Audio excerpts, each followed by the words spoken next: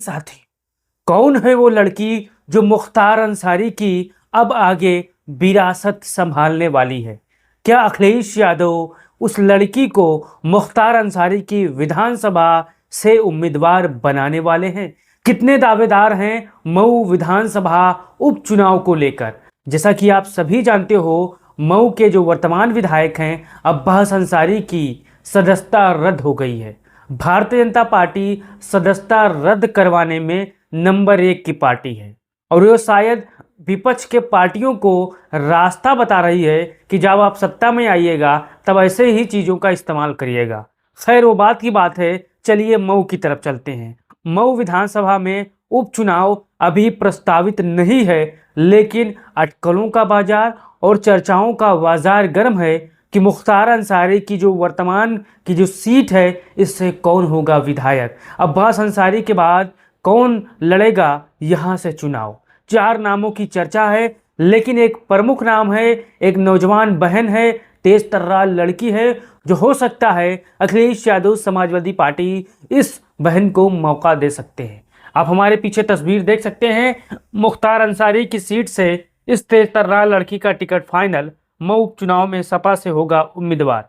एक बात तो तय है, समाजवादी पार्टी मऊ विधानसभा में अपने सिंबल पर चुनाव लड़ेगी, क्योंकि 2022 में जो कि राजभर की पार्टी थी और अखिलेश यादव से गठबंधन हुआ था, आप सभी जानते हो। उसी के तहत मऊ सीट को अब्बास अंसारी और राजभर को दिया गया था। लेकिन अब चलिए 2025 की मैं बात कर रहा हूं। आप ये तस्वीर देख रहे हो। इस तस्वीर में जो हाथ में फूल लिए खड़ी है, ये बहन है नुसरत अंसारी, जो कि अपने पिता, जो कि वर्तमान के गाजीपुर से सांसद हैं, अफजाल अंसारी की बेटी है और अपने पिता के चुनाव में मजबूती के साथ लोकसभा में जितने भी विधानसभाएं आती है, सभी में चल कर अपने साथियों के साथ अपने पिता को जिताने का काम किया है।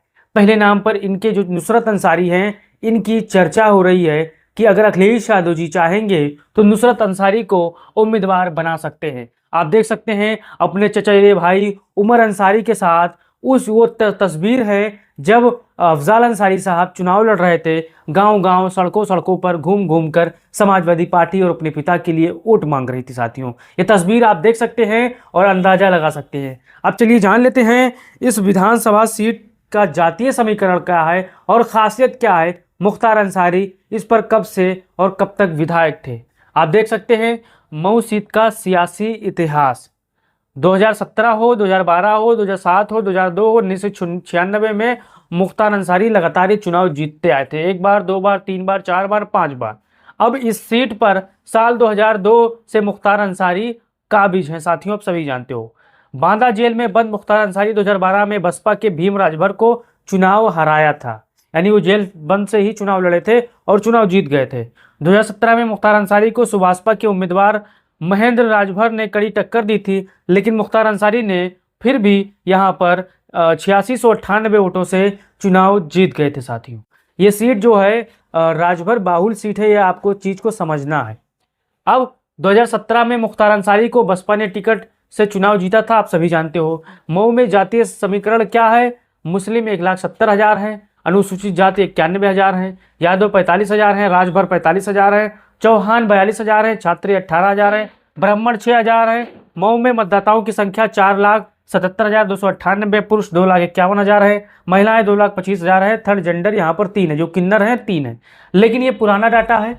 अगर अब की डाटा देखें तो हर एक जाति में 10-15,000 वोटों की बढ़ोतरी हुई है। साथियों, ये चीज़ आपको ध्यान देना है। लेकिन अब 4 ऐसे चेहरे हैं जो इस विधानसभा सीट के लिए उपयुक्त चर्चाओं में बने रहते हैं। पहला नाम आता है जो कि नुसरत अंसारी हैं, महेंद्र राजभर हैं, और यहाँ पर उमर अंसारी हैं, और यहाँ पर निकेत अंसारी, जो कि अब्बास अंसारी की पत्नी है। अब ये 4 नाम लगातार मऊ विधानसभा सीट को लेकर समाजवादी पार्टी से ही ट्रेंड कर रहे हैं, और ये चारों में से किसी एक को अगर अखिलेश यादव जी जिम्मेदारी देते हैं तो आप मान के चलिए वो विधानसभा सीट फतेह कर लेगा। अगर राजभर को देते हैं तो ये भी जानदार है, शानदार है, ये भी जीत लेंगे। नुसरत अंसारी को देंगे। तेज तर्रार हैं, नौजवान हैं, अपने पिता के लिए बहुत ज़बरदस्त तरीके से मेहनत की है, ये भी चुनाव जीत लेंगी। जो कि उमर अंसारी हैं, इन्होंने अपने चाचा, अपने पिता, अपने भाई के लिए काफ़ी मेहनत किया है, संघर्ष किया है विधायकी के चुनाव में, लोकसभा के चुनाव में, इसलिए इनको राजनीतिक समझ मजबूती के साथ है। और जो कि नुसरत अंसारी हैं, थोड़ा बहुत हिचकिचाहट है अभी, क्योंकि ये अभी राजनीति में एक्टिव नहीं है। जो सच है वो मैं कह रहा हूँ, अगर ये राजनीति में एक्टिव होती हैं तो हो सकता है इनको अखिलेश यादव उम्मीदवार बना सकते हैं। लेकिन ये 3 नाम ऐसे हैं जो मऊ विधानसभा सीट के लिए उपयुक्त उम्मीदवार हो सकते हैं। इन तीनों के चेहरे पर आपका क्या राय है, अपना राय कमेंट बॉक्स में ज़रूर बताइएगा। और बताइएगा कि जो कि ओम प्रकाश राजभर जी हैं, वो कहते थे अब्बास अंसारी हमारे विधायक नहीं थे, हमारा सिंबल यूज किया गया था, लेकिन अब उन्होंने पलटी मार ली है। अब वो कह रहे हैं कि अब्बास अंसारी हमारे विधायक हैं, हमारे सिंबल से चुनाव लड़ा गया था, इसलिए भारतीय जनता पार्टी से वो गठबंधन में है और भारतीय जनता पार्टी के गठबंधन से वो सीट मांग रहे हैं कि ये सीट हमें दिया जाए और हम इस चीज़ का चुनाव लड़े। यानी भारतीय जनता पार्टी और राजभर, जो अपने आप को कहते हैं नेता, दो मुँह साफ होता है, इसलिए राजभर अब खुद यहाँ पर दो मुँह साफ वाला काम करते हैं। अब आपको अपना राय देना है और बताना है कि मऊ विधानसभा सीट पर अभी चुनाव प्रस्तावित नहीं हुए हैं। अभी ये जो कोर्ट का मसला होगा, कोर्ट में जाएगा, कोर्ट में सुनवाई होगी, तारीख पर तारीख पड़ेंगे। यहाँ पर 2-3 महीने, 4 महीने, 5 महीने भी लग सकते हैं, लेकिन फैसला अब्बास अंसारी के हक में भी आ सकता है और फैसला यहाँ पर सरकार के भी पक्ष में आ सकता है। लेकिन सबसे ज़्यादा चांस है अब्बास अंसारी के हक में फैसला आने के लिए, क्योंकि अगर एक बार आप देखा जाए को अब्बास अंसारी ने कोई ऐसी हेट स्पीच नहीं दी गई है, उसको जानबूझ के हेट स्पीच बनाया गया है। अब्बास अंसारी ने इतना ही कहा था कि मैं अखिलेश यादव से कह के आया हूं कि जब तक आप उन अधिकारियों का ट्रांसफ़र नहीं करेंगे, जब तक जो मऊ की जनता है, उनके जो प्रताड़ित करने वाले हैं, उनका हिसाब किताब ना हो जाए, यानी यही बात कहा था। अब यहाँ आपको क्या आपत्ति लगती है, आपको क्या दिक्कत है, आप कमेंट बॉक्स में बता सकते हैं। भारतीय जनता पार्टी के लोग रोज आए दिन प्रधानमंत्री हों, मुख्यमंत्री हों, गृह मंत्री हों, लगातार मुसलमानों के खिलाफ नफरत भरे अल्फाज को इस्तेमाल करते हैं। आप जाइए डाटा चेक कर लीजिए कि सबसे ज़्यादा नफरती बयान देने वाला कौन है और किस पार्टी का है, और सारे लिस्ट आपके सामने आ जाएंगे। लेकिन कार्रवाई किस पर हुई? अब्बास अंसारी पर हुई, जो कि लोनी से भाजपा के विधायक हैं नंदकिशोर गुर्जर, लगातार अखिलेश यादव को अनाप शनाप बोल रहे हैं, अखिलेश यादव को लगातार उल जलूल बातें कह रहे हैं।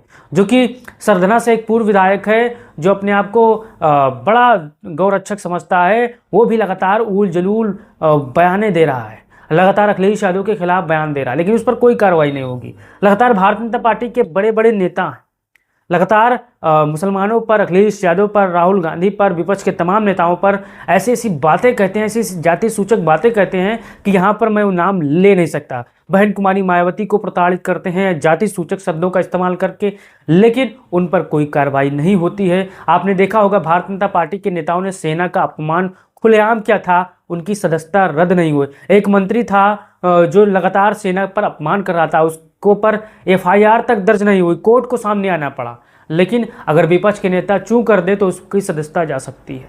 भारतीय जनता पार्टी के लोग ये रास्ता बता रहे हैं विपक्ष को कि आप आइएगा तो आप भी ऐसे करिएगा। भारतीय जनता पार्टी के लोग हो सकता है पढ़े लिखे कम हो, लेकिन इनको इस बात पर ध्यान देना चाहिए कि आज जो हम कर रहे हैं, आने वाले समय में जब सत्ता बदलेगी तो वो भी इस चीज़ का इस्तेमाल कर सकते हैं।